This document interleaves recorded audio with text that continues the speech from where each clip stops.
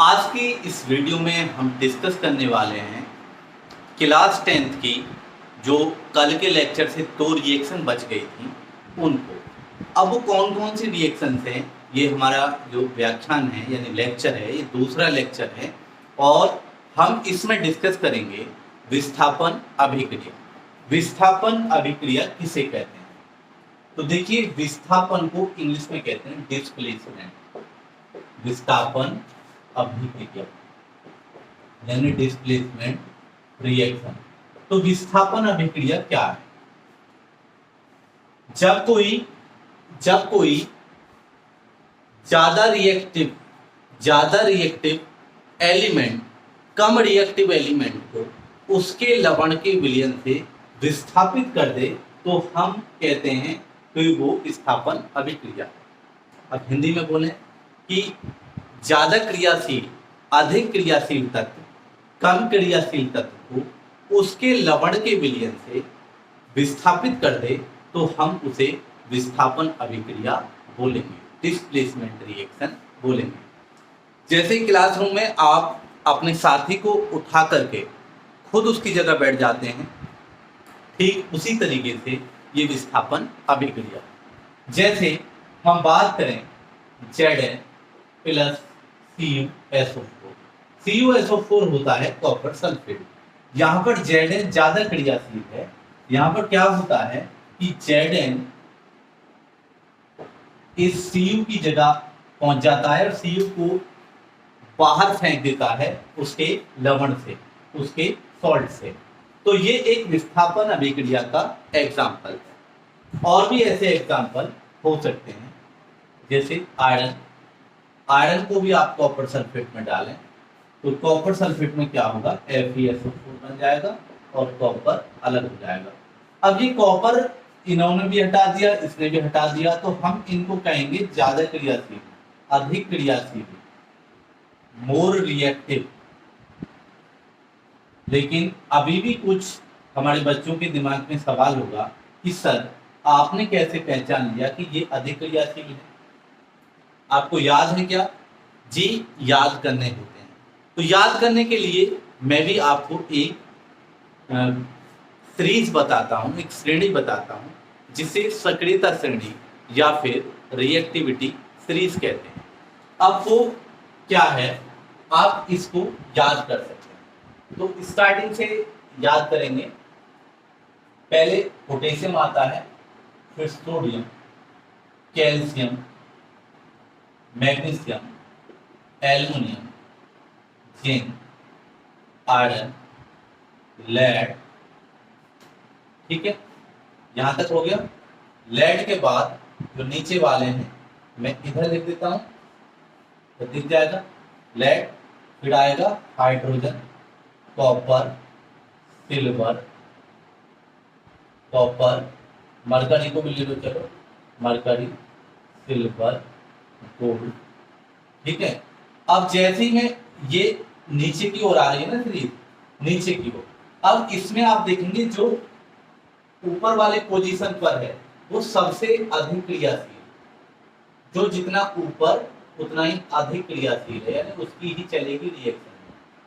और जो सबसे नीचे है वो सबसे कम क्रियाशील है। जैसे गोल्ड सबसे नीचे है तो सबसे कम क्रियाशील।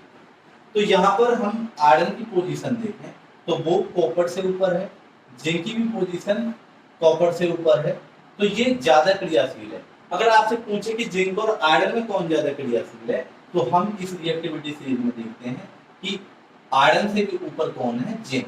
तो जिंक ज्यादा क्रियाशील हुआ किससे, आयरन से। तो ये रिएक्टिविटी सीरीज का आप स्क्रीनशॉट ले सकते हैं या फिर आपने पढ़ी होगी। तो ये मैंने इसलिए इस तरफ लिख दिए कि नीचे आते तो वीडियो में नहीं दिख पाते। तो क्लियर हुआ होगा।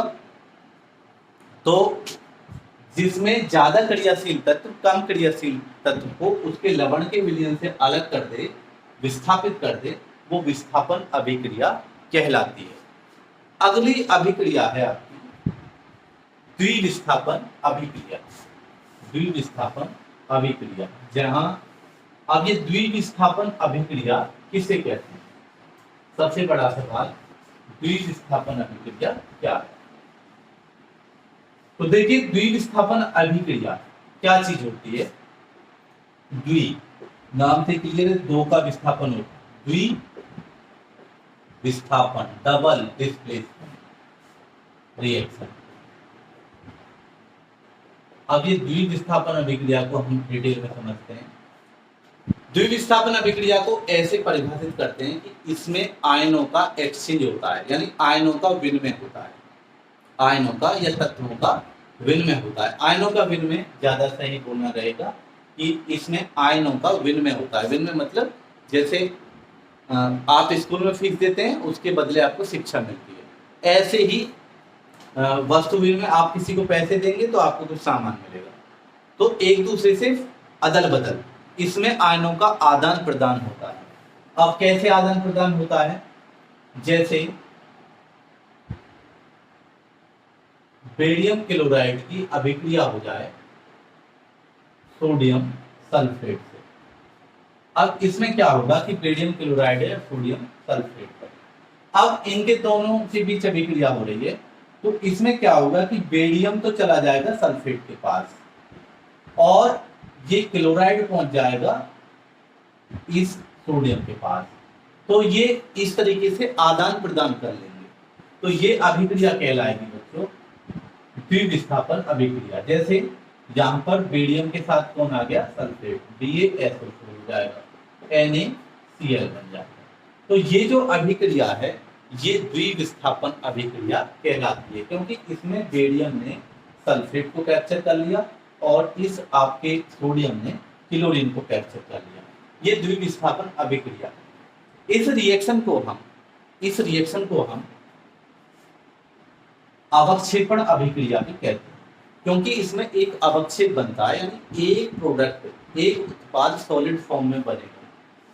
इसमें इस रिएक्शन को करेंगे कैसे कि दोनों के जलीय विलयन लिए जाते हैं, और जलीय विलयन को आप सभी जानते हैं कि एक्वस लिखा जाता है। केमिस्ट्री में क्या लिखा जाता है, एक्वस, यानी जलीय विलयन। तो जो जलीय विलयन लेते हैं दोनों के, एक टेस्ट ट्यूब में बेरियम क्लोराइड ले लिया और एक टेस्ट ट्यूब में आपने सोडियम सल्फेट ले लिया किस फॉर्म में, और दोनों में मिला दिया डिस्टिल वाटर, और दोनों को इस तरीके से मिला दिया। और दोनों को जैसे ही आप मिलाओगे तो मिलाने के साथ देखेंगे कि सॉलिड फॉर्म में बन जाएगा ये बेरियम सल्फेट, और पानी के फॉर्म में बनेगा, यानी एक्वस फॉर्म में बनेगा NaCl। तो टेस्ट ट्यूब में नीचे की ओर सॉलिड बैठ जाता है, जैसे ये टेस्ट ट्यूब है आपकी, तो इसमें नीचे सॉलिड बैठ जाएगा और ये होगा पानी। ये पानी जो है ये NaCl का है और ये नीचे वाला है बेरियम सल्फेट। इसी को अवक्षेप कहते हैं। ये सॉलिड जो होता है इसी को क्या कहते हैं, अवक्षेप। इसलिए द्विविस्थापन अभिक्रिया को अवक्षेपण अभिक्रिया भी कहते हैं। सारे एक्वस हैं, सारे जलीय विलयन है, लेकिन एक ही सॉलिड, उत्पाद में एक सॉलिड बनता है, तो वह अभिक्रिया जिसमें आयनों का विनिमय होता है द्विविस्थापन अभिक्रिया कहलाती है। इसको अवक्षेपण अभिक्रिया भी कहते हैं, अवक्षेपण अभिक्रिया भी कहते हैं, क्योंकि इसमें एक अवक्षेप बनता है, एक अवक्षेप बनता है, इसलिए इसको अवक्षेपण अभिक्रिया भी कहते हैं। तो बात क्लियर हुई होगी, ये थी द्विविस्थापन अभिक्रिया। तो आज के लेक्चर में इतना ही। बने रहिए हमारे चैनल के साथ, तो लगातार आपको ऐसे वीडियोस मिलते रहेंगे। आपको कोई स्पेशल वीडियो किसी टॉपिक की चाहिए तो आप कमेंट सेक्शन में मुझे मैसेज कर सकते हैं और आपको उस टॉपिक के लिए वीडियो मिल जाएंगे। तो जय हिंद।